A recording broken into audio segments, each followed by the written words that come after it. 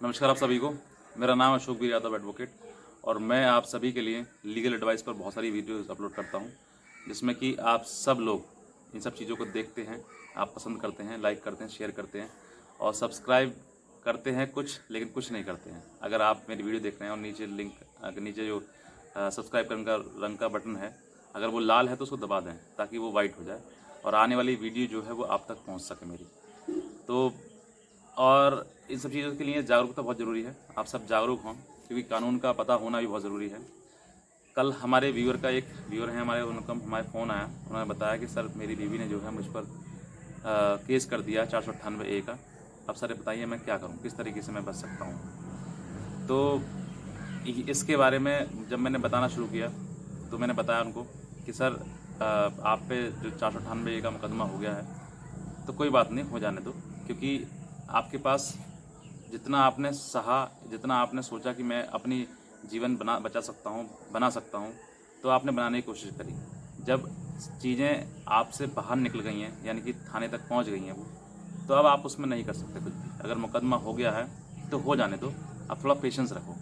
मुकदमा होने के बाद तुरंत बाद ऐसा कुछ नहीं है कि इसमें एकदम से अरेस्टिंग है, इसमें फिर भी जांच होती है और जांच होने के बाद आप लोग जाएंगे मीडिएशन सेंटर, यानी कि एक अधिकार है, ये भी राइट है कि आयु जो है, यानी कि जिस थाने का जो थाना होता है वहाँ पर अगर आपकी पत्नी कोई भी 498A का या उसके साथ भी और भी धारा लग जाती हैं, यानी कि पत्नी का अगर आपका मैटर है, तो उसके बाद सबसे पहले अरेस्टिंग से पहले अरेस्ट नहीं करेंगे आपको भागना भी नहीं है, डरना भी नहीं है। आप हो सकता है तो आप किसी और के द्वारा, यानी कि आप स्वयं ना जाकर किसी और के द्वारा उस थाने के जो आयु है जो आपके केस में, उस आयु से मिलें, बातचीत करें। बातचीत करने के बाद आपकी जो फाइल है वो एक बार ज़रूर वहाँ तक मीडिएशन सेंटर तक जाइए, जो आपके थाने के आसपास, जो आपके ज़िला में या हाँ आपके जगह पर आपके नियर बाय एक मीडिएशन सेंटर होता है, हर जगह पर है, हर ज़िले में है, जो सरकार ने बना रखा है।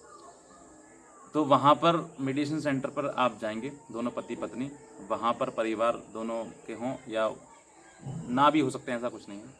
तो आप दोनों मिलें, बात करें वहाँ पे। बातचीत के दौरान अगर आपका समझौता किसी प्रकार से हो सकता है तो करें, नहीं कर सकते अगर फेल होता है, क्योंकि देखिए हर व्यक्ति यहाँ पर चाहता तो है मेरा फैसला हो जाए, मेरी बात ना खराब हो, लेकिन कहीं मान सम्मान को ठेस पहुँचना या फिर जो पत्नी है वो थोड़ा रूड बिहेव होना, थोड़ा वायलेंट होना, टाइप होना।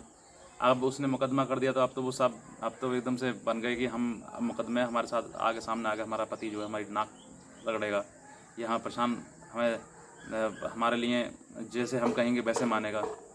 तो ये सब चीज़ें नहीं होती हैं। जो इंसान जो है, जो पति है, वो पति अपने रूप में रहेगा और पत्नी अपने रूप में रहेगी। तो उस चीज़ के लिए जब लगता है पतियों के ये चीज़ें सब संभलने वाली नहीं है, सुधरने वाली नहीं है, तो फिर वहाँ पर वो जो है वो भी फैसले मानने से इनकार कर देता है।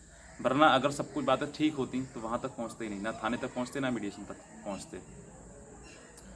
तो जो पहुँचने का जो तरीका है, जो इस तरीके से मीडिएशन है, मीडिएशन के पास आप जाएंगे, वहाँ पर मीडिएटर बैठे होते हैं, मेल भी हो सकता है, फीमेल भी हो सकता है, कोई भी हो सकता है, वो आपको समझाएंगे। और वहाँ पर आपके लिए डेटें पड़ेंगी, लगभग 2 से 3 डेट पड़ेंगे। अगर आप ज़्यादा चाहते हैं तो ज़्यादा ही पड़ जाएंगे, क्योंकि आप अगर ये कहो वहाँ जाके सर हमें समय चाहिए थोड़ा और सोचने समझने के लिए, हम बातचीत कर रहे हैं उसके लिए, तो आपको समय और भी दिया जा सकता है। ऐसा कुछ नहीं है कि आपके पास 2 या डेट पड़ेंगे या 3 डेट पड़ेंगी, ऐसा कुछ नहीं है, लेकिन हाँ डेट जरूर पड़ेंगी। आपका मैटर जब तक आपके पूरी चीज़ें अच्छे से हो नहीं जाएंगी तब तक वो फाइल जो है आपकी क्लोज़ नहीं करेंगे। और जिस दिन आप खुद मना कर देंगे सर हमारा फैसला नहीं हो सकता है और हम अपने आप कोर्ट केस लड़ेंगे, या फिर जिस तरीके से भी आपको जाना है वो वहाँ पर जाएंगे, तो आपका जो जो जो फाइलिंग है, जो जो डेट्स पड़ रही हैं मीडिएशन सेंटर में, वो बंद कर दिया जाएगा। और बंद करने के बाद आपका जो मीडिएशन सेल जो फाइल आई थी थाने से, वो वापस थाने को भेज दी जाएगी। और वहाँ पर जाकर अब प्रोसेस होता है चार्जशीट का या फिर एफआईआर का, यानी कि अब आईओ के पास दोबारा बर्डन आ गया है कि वो चार्जशीट लगाए या फिर एफआईआर लगाए। अगर आपके पास इतने स्ट्रॉन्ग एविडेंस हैं कि आप पत्नी की कही हुई हर बात झूठा साबित कर सकते हैं, तो आप आईओ से भागे नहीं, आईओ को दें। समझ गए? आईओ मतलब इन्वेस्टिगेशन ऑफिसर जो होता है, जो थाने में जो आपका केस है उसमें वो पूरी जांच करता है। पूरी जांच करने के बाद हर चीज़ लिखता है एफआईआर के बाद, चार्जशीट में। जब चार्जशीट लगा सकता है चाहे FR होता है, FR लगा सकता है। FR और चार्जशीट होती क्या है, मैं इस पर एक वीडियो बनाऊंगा, अगर आपको नहीं मालूम होगा तो आप मुझे कमेंट द्वारा बता दें सर FIR और चार्जशीट पर एक वीडियो बनाएं, मैं उस पर वीडियो बना दूंगा, आप मुझे बता दें, एक कमेंट करना सीधे। और उसके बाद चार्जशीट लगती है, FIR लगती है, यानी कि चार्जशीट लगेगी तो इसका मतलब ये है कि आप एक्यूज़ड हैं उसमें, आप मुलजिम बना दिए गए हैं, आप या आपके परिवार के सब लोग साथ में जितने भी नाम दिए हैं उसमें सभी, और निकल भी सकते हैं उसमें से। निकालने का प्रोसीजर क्या है ये भी बताऊंगा मैं आपके लिए, लेकिन इस वीडियो में नहीं, नेक्स्ट वीडियो में।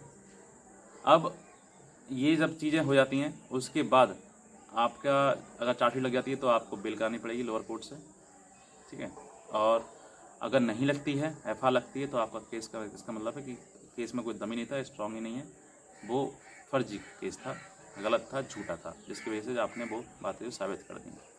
अब उसको साबित कैसे करनी है, अगर आपके पास में अगर लड़की ने सही देखिए, मोस्ट कॉमन चीज़ बताता हूँ आपके लिए, कुछ हो सकता है आपके केस में अलग हो।